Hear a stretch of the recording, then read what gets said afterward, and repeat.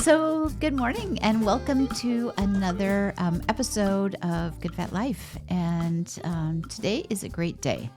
It has that sense of spring in the air.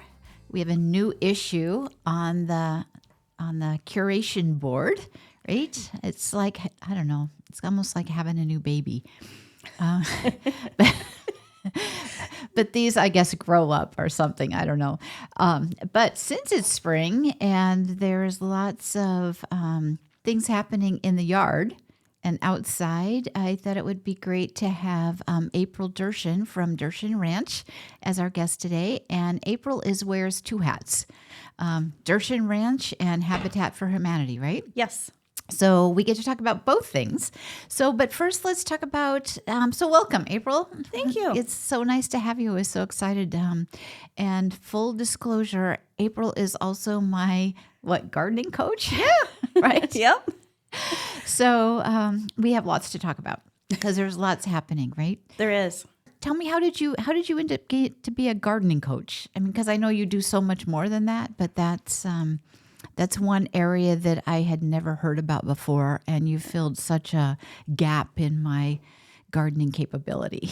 Oh, I'm glad that I could help you with that. Yeah. So I really enjoy going out and helping people with all of their gardening needs. You didn't want to be a designer per se. I mean, that's not what you do. Nope. I'm not a landscaper. I don't plant it. I actually teach people that DIY how to do it themselves so that eventually they don't need me, maybe. Right. Or you just move to the next level. One of the things that I find so interesting in the work that we do here with Good Fat Life is the journey of how people get to where they are, because, it's not one thing. Right? Yep. So how'd you get there? Well, I have been gardening my entire life, probably just like anybody who gardens. They've been gardening their entire life, and I absolutely love it and being out in the yard. And one of my bucket list items was to become a master gardener. So in 2017, I applied. You have to be accepted to the program. So I applied and I was accepted to the program, and I went through the whole program. And to be a master gardener, you have to have volunteer hours as well as continued education hours every single year. And as a brand new master gardener, you don't know where to go or what to do. And so they give you projects that you can work on that will count towards your hours, because you can't just go plant your neighbor's garden. There's very specific things you have to. So what would be an example? So it has to be for a nonprofit or a school, which I guess a school is a nonprofit. You're supposed to be educating someone on what you're doing? On gardening, on anything gardening. Huh. So I could have gone to some booths, some expo booths, and educated people on that, or gone to a senior center or the Chamber of Commerce and done a presentation. And the one thing that I chose to do was to do the Junior Master Gardener program. So what's that? Tell me more. So the Junior Master Gardener program is exactly what it sounds like. It's for 3rd through 5th grade. Oh, cool. And you go and you teach the kids about nature and gardening and things like that. And so I took it on with 2 other ladies. And when we started doing it, there wasn't a program. They didn't hand you a book and say, here, go do it. We had to kind of figure it out ourselves. And so we took our Master Gardener manual and started making the program, and it ended up being really great. The kids had a really good time, but it was kind of above their level. And so I started looking into it, and Texas A&M has an actual Junior Master Gardener program. Oh, how cool. So I had so much fun teaching it that I decided to invest in the Junior Master Gardener program, and I turned the 6-week volunteerism for my hours that I needed to get into a year-long club at Challenger Elementary School. And I became a certified junior master gardener instructor, went down to Texas a couple different times, went to their conferences. Oh, my God. I had no idea. Yeah. Oh, how fun. So it started out with the kids. Okay. And I had so much fun teaching people. And the more I was doing it, teaching the kids, I had adults coming and asking me about it. And so we did that all the way until the dreaded COVID, and they kicked us out of schools. And so I started to do stuff online in 2020. We weren't allowed to. And as MSU Master Gardener, you have to follow the MSU rules. And I don't think they allowed us to be in person again until 2022. Okay. So there was quite some period of time in there. And it's really difficult to teach kids gardening online. We tried it, and within a month, I had no more material left because we were doing everything, and the kids weren't enjoying it as much. So that's kind of how I got into teaching the adults. So I just would go on my own Facebook page, and I'd get out my camera and, hey everybody, April Sue, you're a lazy gardener. Here's some tips, blah blah blah, that kind of thing, and it just kind of stemmed from there. About 2 years ago, we moved to some property. And I had been going to different places, volunteering again, teaching classes, and you have to haul lots of totes when you do it. And I pulled up in the driveway, and I looked at the garage, and I said, I have a classroom on site. Oh, at your new property. At my new property, yep. That's great. And so that's kind of how the Dertian Ranch really blossomed. I was doing everything online, and when we had that classroom on site, I just said, oh, wow. One thing just leads to the next. It did. Mm-hmm. So that's so cool. So tell me, you've got vegetable classes, Yes. which I'm not taking. because I have a CSA, Yeah. right? And so I support a local farmer. Flowers are my big passion, right? And Yes. so I want a yard full of flowers. And so tell me about your flower class. Well, tell me about both. So because I do know friends when I've said, oh, and April's teaching vegetables, they're like, oh, send me the information. So people want both. Yeah. Right? So tell me, let's start where you want. All of the classes that I teach, I usually do a 101, and then I also do an in-depth advanced, because there's people who don't know anything at all about it, and they just want to get the bare bones. And then there's some people who need to really dive down in and want to go more than just an hour and a half, 2 hour class. So this is the same with the vegetable and the flower garden.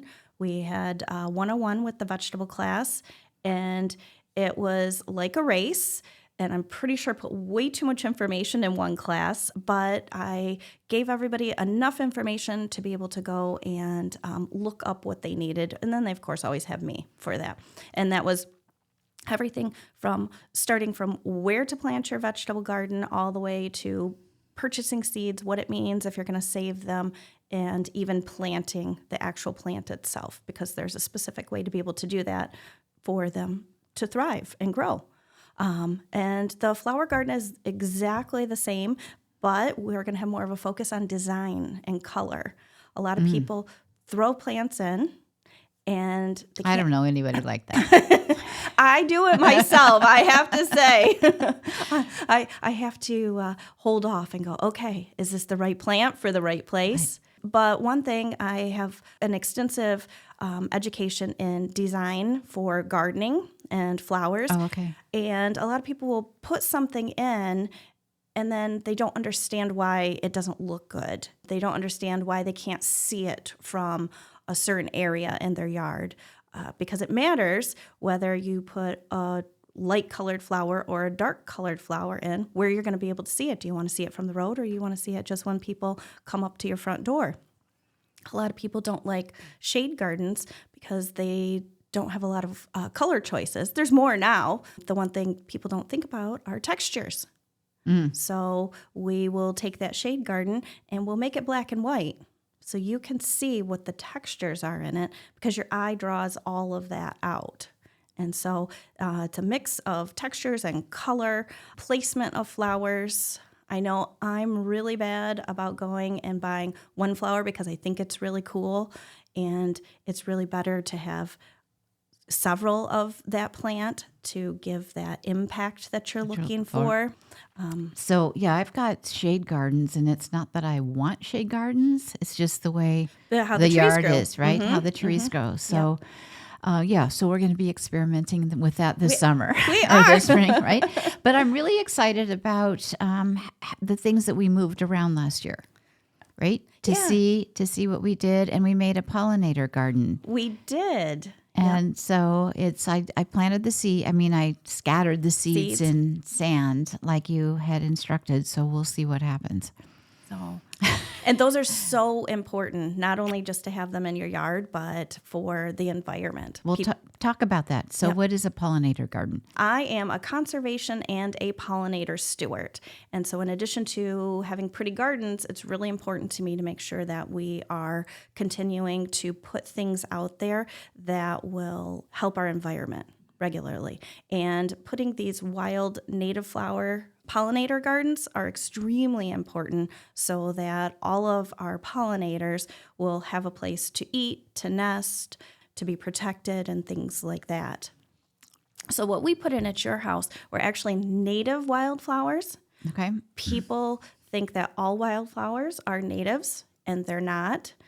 It would take a lot longer than your podcast to go into that, but it's really important to put the native ones. It's fun to put the other, and they're fine to do that, but you really want to put your natives in because they're going to continue to thrive almost any time, no matter where you put them, if they're in the right place, I should say, because of their root systems and things like that. And our native plants that we have, whether it's a wildflower or just a regular perennial or tree or shrub, are so important because that is what our native beneficial insects eat.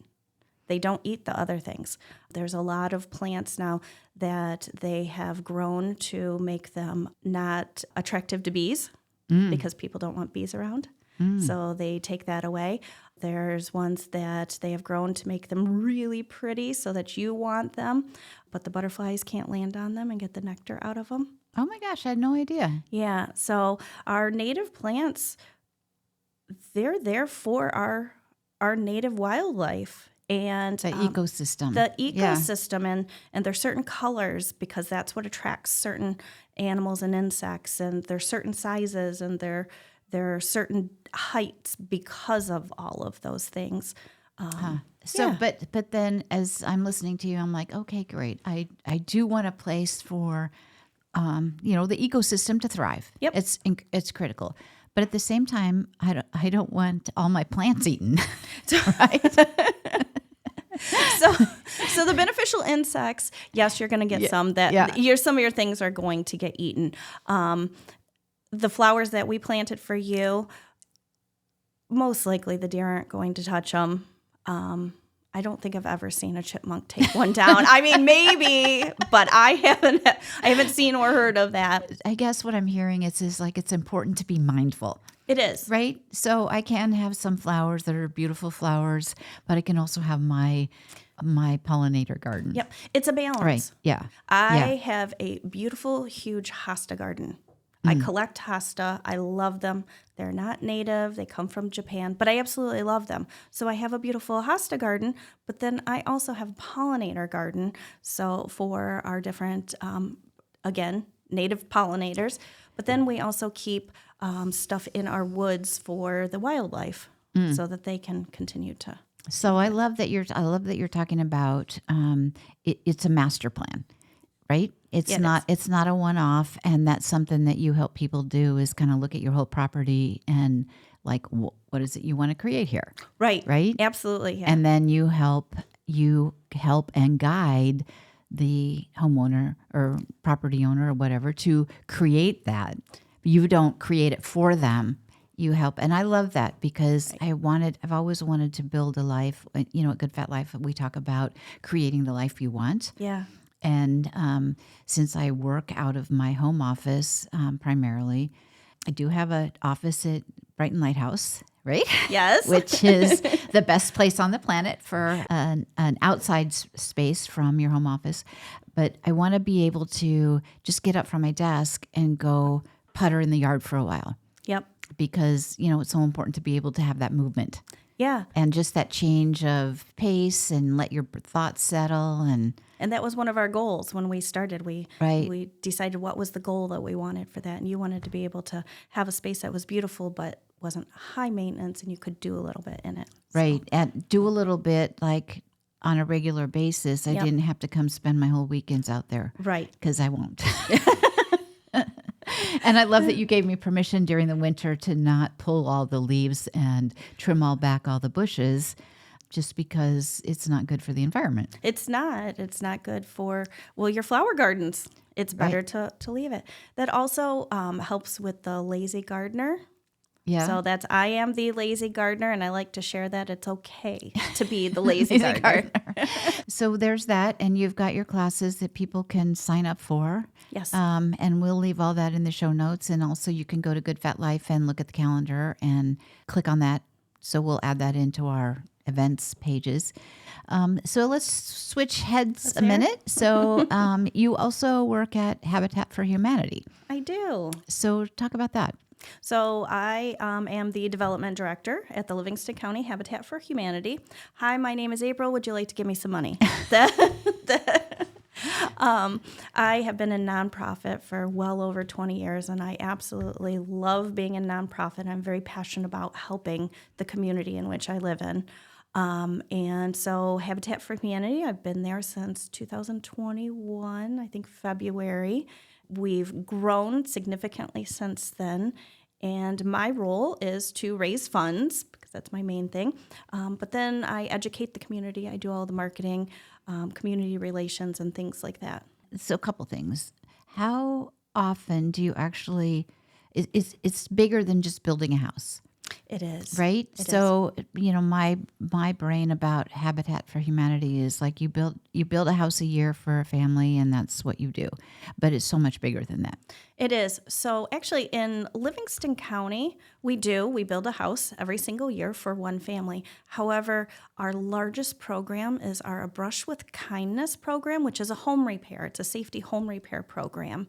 And we have done everything from putting up a handrail for somebody who needs handicap accessibility in a bathroom or getting into their house to putting a roof on. We've provided furnaces, things like that. So it's making the homes safe. And a place where the families and seniors can thrive and age in place. I was surprised by how much need there is.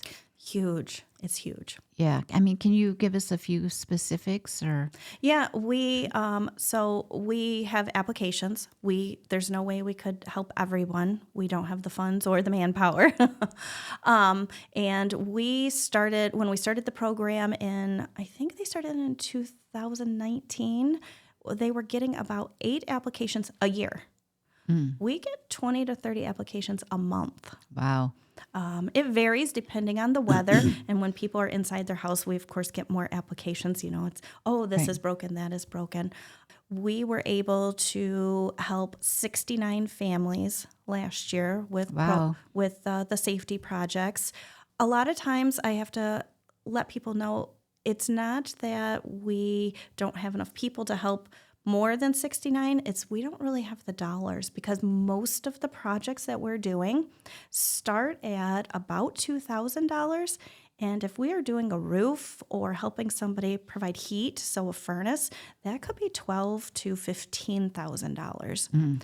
And these projects that we're doing are things that people who are living paycheck to paycheck would never, ever be able to afford on their own. And by us repairing the homes and making it safe, it's keeping them in their homes. I was going to say that allows them to stay in the home, right? It does. And most of the seniors that we're working with, they don't want to go anyplace else. They want to stay in their home. They love their home. And we don't want to have to put them someplace else because we couldn't, take care of it and repair it. Right. What a great service, right? Thank you. That's a big deal. So 69 families got to be safe in their home. Yes. Last year because of Habitat for Humanity. Yeah. You've got a big event coming up? We do. We have a women's empowerment event. It's coming up on May 1st. It's called Arise and Shine. And the backstory, the reason that we do a women's empowerment event, it's a fundraiser, but it's because most of our clients are women. Okay. And going back to if we can help women be able to live safely, maybe we won't have a job one day. That's always a nonprofit's goal is to not have a job one day. Right. So you said it's a friend raiser? It is. So we do have sponsorships that help us cover the cost of everything that's going on. But this year we're really excited. We have the theme is personal branding. We have a new theme every single year, and this year it's personal branding. And we have a stylist coming from Grand Rapids. She is a TV and a radio personality, and she owns her own styling business. The attendees will leave having an entire style that is their personal brand and style because it's going to be a hands-on workshop. Oh, how fun. Yeah. And then we also have somebody coming in to talk about emotional intelligence, and you will have your personal brand when you leave there. This year we're making it very interactive. We're only going to have 2 speakers so that they have enough time for us to do all of the hands-on workshop stuff. Oh, it's fun. I go to those every year, and I always leave inspired. So right? Good. Yeah. So good.